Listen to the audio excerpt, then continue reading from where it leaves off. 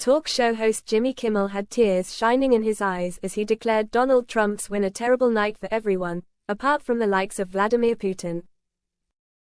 Trump had victoriously addressed the nation as he gave his victory speech to a crowd of supporters feverishly chanting his name at a venue in West Palm Beach, Florida. He defeated Democrat candidate Kamala Harris by a wider margin than had been expected, following polls that implied she had a 1% lead on him. Furious Kimmel, who took part in a skit showing himself packing his bags to leave the country, declared that the choice had been between a prosecutor, former District Attorney Harris, and a criminal. In a dramatic on-stage showdown, he then accused the USA of choosing the criminal. Kimmel could scarcely contain his emotion as he ranted. It was a terrible night for women, for children, for the hundreds of thousands of hard-working immigrants who make this country go, for healthcare, for our climate, for science, for journalism, for justice, for free speech.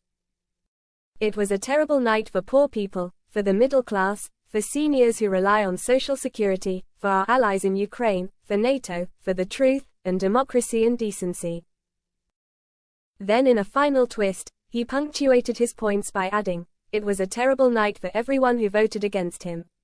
And guess what? It was a bad night for everyone who voted for him too, you just don't realize it yet.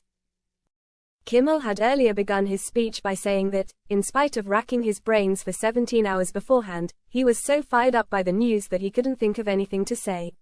More than half of this country voted for the criminal who's planning to pardon himself for his crimes. I guess this election wasn't rigged, he stormed. He was referring to Trump's conviction on 34 charges relating to hush money he allegedly paid to an adult film star to conceal a past sexual encounter. Voters were concerned by reports that he may have tried to manipulate the result of the 2016 election, which he won, by concealing his relationship with Stormy Daniels. He was convicted after allegedly falsifying business records to disguise a £130,000 hush money payment. The people voted and this is the choice we made. In January, Donald Trump becomes president and that is sad, he won, stated Kimmel. It doesn't mean we give up, but it also doesn't mean we storm the Capitol because we don't like the result.